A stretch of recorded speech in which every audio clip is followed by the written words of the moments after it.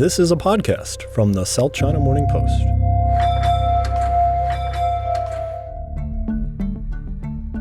Hello and welcome back to the Inside China podcast. My name is Holly Chik, science reporter with the South China Morning Post here in Hong Kong. And welcome to the fourth and final part of our series looking at how these past 3 years of pandemic have affected Hong Kong.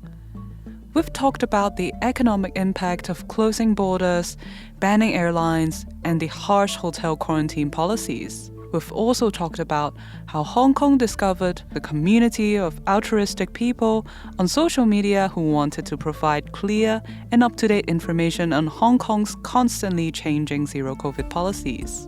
But in this episode, you're going to hear an extended interview with one of Hong Kong's leading experts in behavioral pediatrics, because no one seems to be talking about how masks, homeschooling, and being essentially kept indoors has affected the young people of Hong Kong. I want you to think for a second about the very young, the 3-year-olds, the 4-year-olds. They've spent the first years of their lives being told to wear masks at all times outside their homes. These are crucial years for brain development and the development of social and language skills. And then there's the teenagers who've also gone through another crucial period of brain development, not only wearing masks, but also being kept inside, away from their friends, with government bans stopping them from visiting playgrounds, rugby fields, basketball courts, and even the beach. It's been 3 years of on-again, off-again online learning as Hong Kong schools were ordered to stop in-person classes, then told to resume them in response to the zero-COVID policies. But now, kids are back in school and things are back to normal, except it's really not normal. We've been talking to different teachers from different year levels at some of the schools here in Hong Kong. They can't go on the record, but here's some of what they're telling us. The kids are really goofy. We keep getting kids breaking limbs in the schoolyard because they've just lost their coordination. They're really not at the academic level they should be at this age. I'm seeing a lot more meltdowns. Kids who are just not used to having to share things.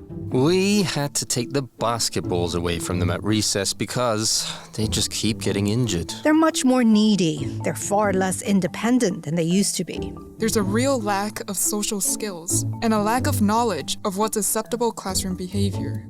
So let me introduce you to someone who's at the front line of studying and dealing with these issues. Hi, my name is Fanny Lam. I'm a specialist in developmental behavioral pediatrics.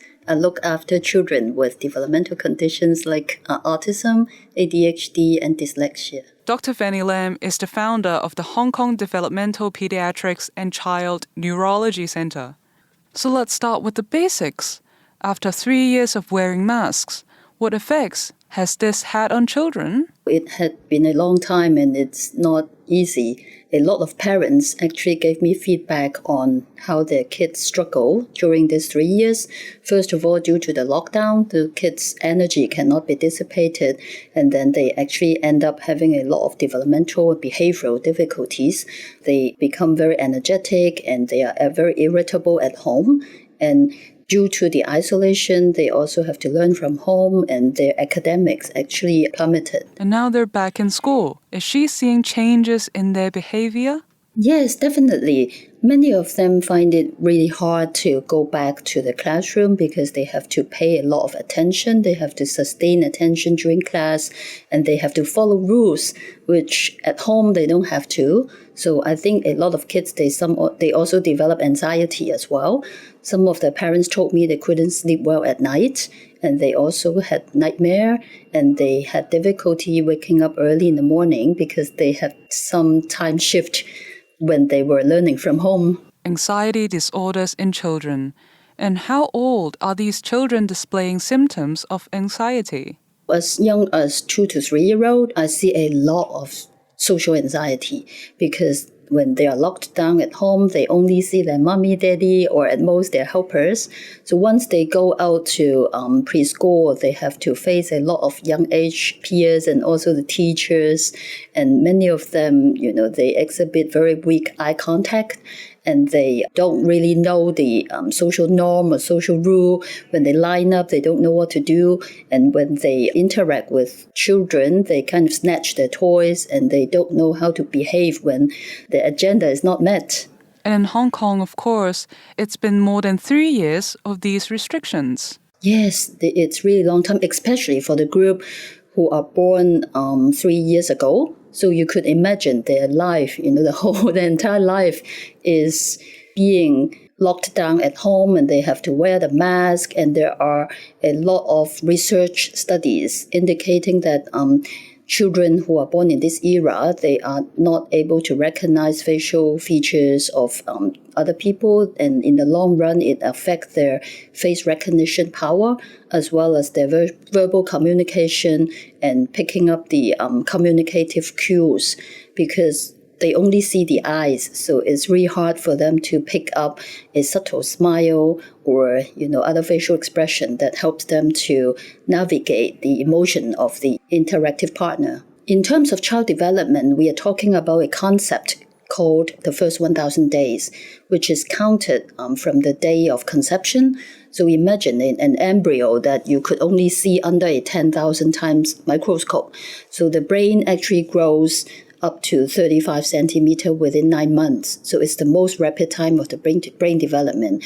And starting from the day of conception, the first 1,000 days is the most important time when the brain goes through the most rapid brain development in the whole life. So during this period of time, every interaction with their significant family member or friends or other people, this create the neuronal proliferation as well as connection between the brain cells. This is very important. And the environment input is also fundamental to the brain development. With very little social interaction, so the brain development is definitely impacted negatively. And for more than the last 1,000 days, we've been wearing masks. Yes, so there are two major impacts. First of all, their ability to comprehend other people's verbal stimulation would be affected because they would just pick up sounds without interacting or integrating the sound to the facial expression. So they would be interacting with people like you talk to a phone or you talk to a robot. So they cannot get the subtle facial cues from, the adults that they are talking to.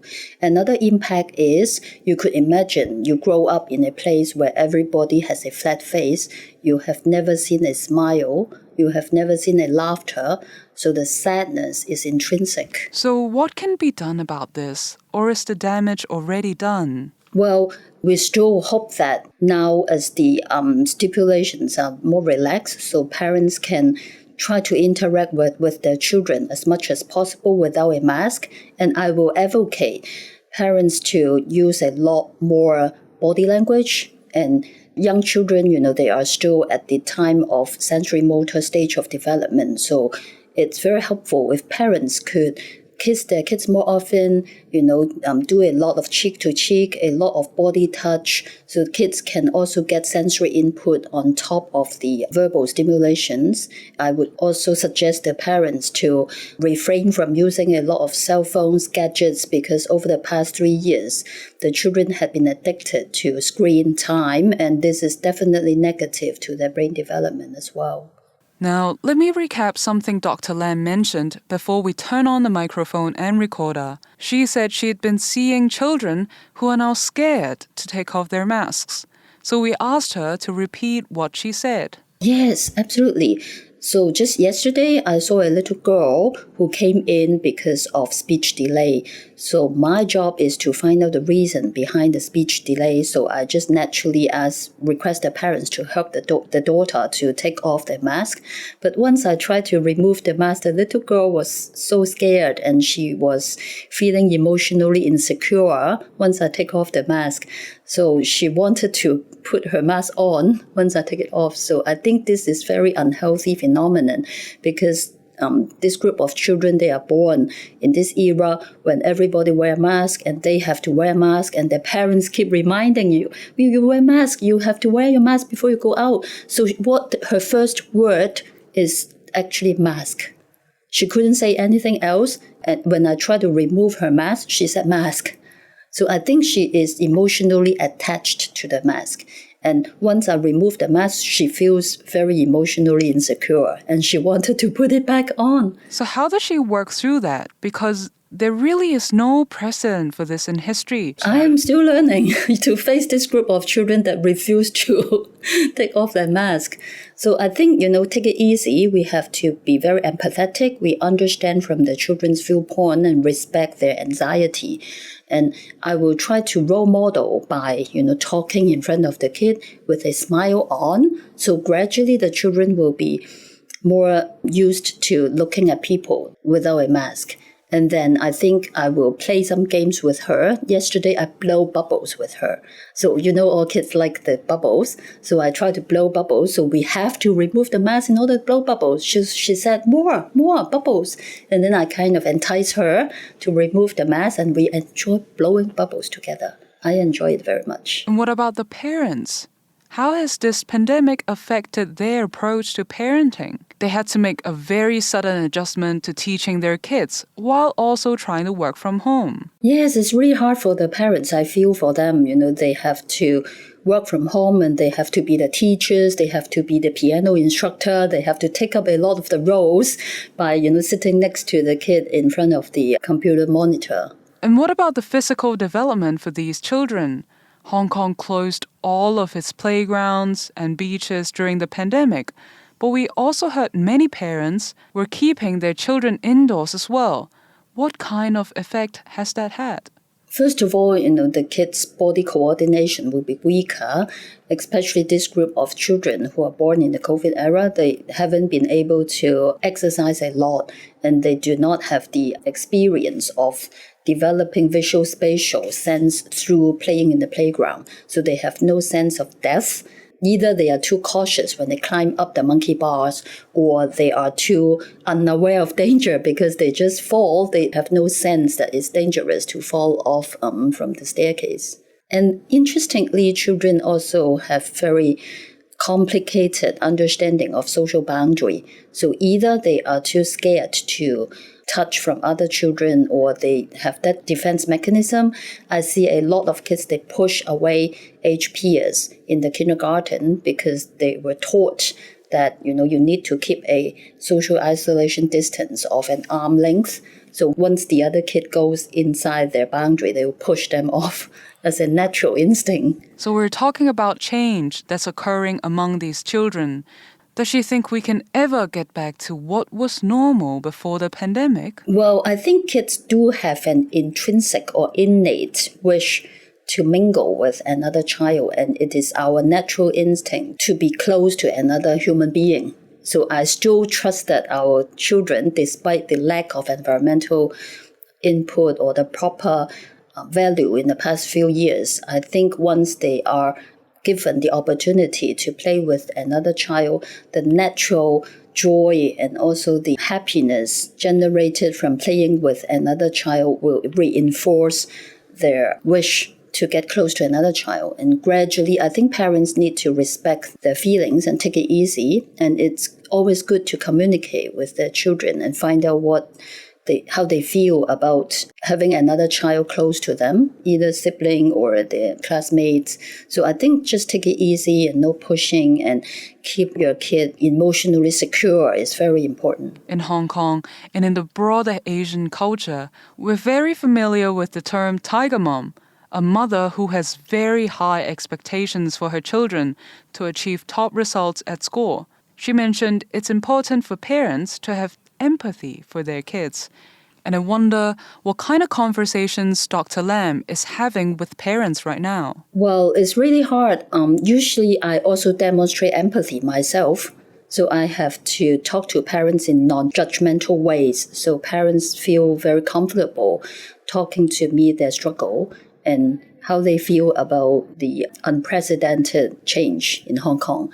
And then I'm able to understand the intrinsic difficulties, and then we talk about the strategies and support them to understand their own fear, their worst fear, and reflect on how they move on parenting their children. One drawback from being too pushy in parenting is that the kids may develop some oppositional development. And I see quite a lot during this period of time because parents and kids, they are locked down under the same roof. So they have to be with each other, they like it or not. And the parents, they just could not hold it because they see a lot of the negative behavior and a lot of careless mistake and a lot of things that they usually do not see when their kids are at school. So they are, bound to respond and react, and then the kids are very negative, and they feel that they are being monitored by their parent all the time. And a lot of kids develop oppositional behavior, and some of them develop anxiety as well. And to some extent, I think some parents, they are really too anxious being affected by this environment. So a lot of the teenagers, they are very negative towards their parents monitoring their behavior online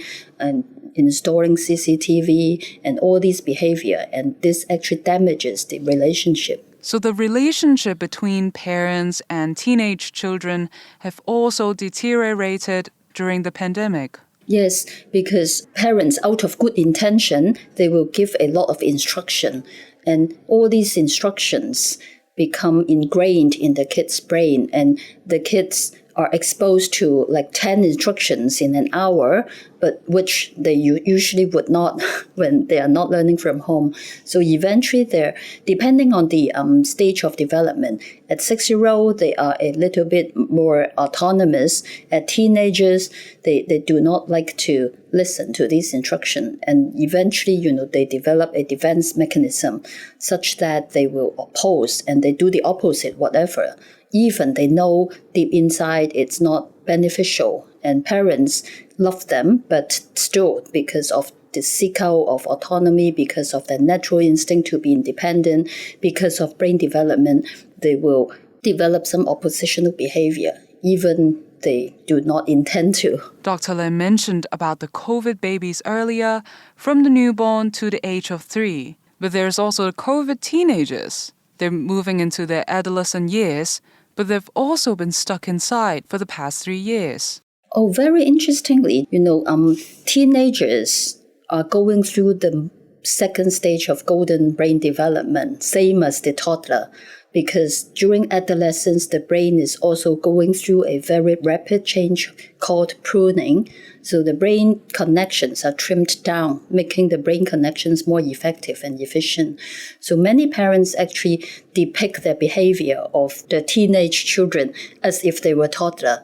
They're very emotional, they lashed out, and they did not think about consequence, which is typical development of a 2-year-old. So they are actually going through the similar pattern of brain development as of a 2-year-old. But they are bigger 2-year-olds, so physically they're stronger, and the oppositional behavior can be more powerful and damaging. Does she think schools need more assistance from the government? Definitely. I talk to a lot of teachers because when I see my little patients, they have problems, I usually call up the school and discuss with the teachers.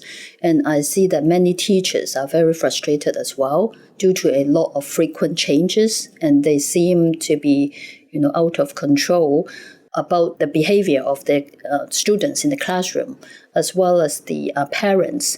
They face a lot of parents who are pretty anxious, and parents either got totally confused about the progress of the children, or they push too much because they worry about missing out some of the school days. So it's first time that the parents going through such situation. So they have no benchmark. So they don't know how they could make up the academic deficiency which happened in the past few years. So I think while we are reconstructing or rebuilding the education of the children after a long period of lockdown or learn from home, the parents need to learn to take it easy, and the teachers may hope to support the parents by giving them a more clear picture and to communicate better. So both parties team up to support the kids and to identify the learning needs. Usually, the kids themselves are also very frustrated or anxious. So it's important to work with every single kid and also to understand what is their goal to gradually help themselves to narrow down the gap academically. She talked about reconstructing and rebuilding. Both of them don't happen quickly. And in Hong Kong right now, we're still wearing masks. So how long does she think it will take for us to work our way out of this period? Well, I think, first of all, we need to pay attention to the language development of the young children, because language is the ability that you master at younger age, and it's irreversible when there is a persistent difficulty. So I think when kids go back to school, the teachers are recommended to pay more attention to their verbal expression in the area of articulation, as well as the pragmatic and communication part of the language use. And second, I think the government may help to employ or to delegate some of the screening tasks to social worker or educational psychologists, that they could early identify the students that are in need, because the children with special learning needs actually got hit worse than the typical kids. Can she also tell us about the kids with special needs? Yes. In general, for the group in the golden time of development, meaning the first 3 years, we understand there are approximately 20% of children who have special needs like language delay or early signs of autism or at risk of attention deficit hyperactivity disorder. So this group of children, they may have some genetic predisposition, and the environmental factor will cause some of the behavioral phenotype to be expressed.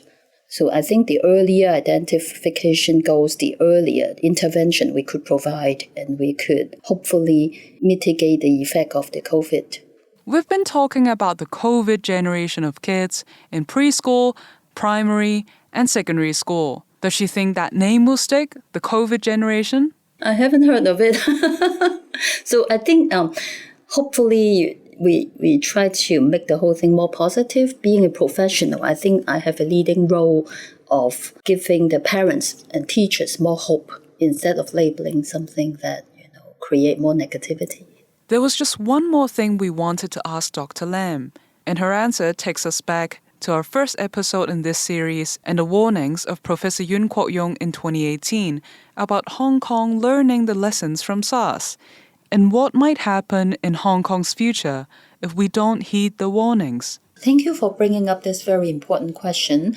When we look back 20 years ago when we had the SARS, so we had a group of students that experienced SARS, and when this group of students grow up and they became teenagers, we saw a lot of obsessive-compulsive disorders, anxiety, depression during their adolescence. So now this group of babies, they're born in the COVID era, and they have 3 years of experience that are anxious, they face anxious adults, they are not interacting with children, and they are always taught to put on masks, clean their hands. And I worry that the whole story of the SARS complication will happen again when this group of COVID babies grow up into adolescence. So I think if we could activate the whole system and to help this group of children early on, they will develop into healthy individuals when they grow up.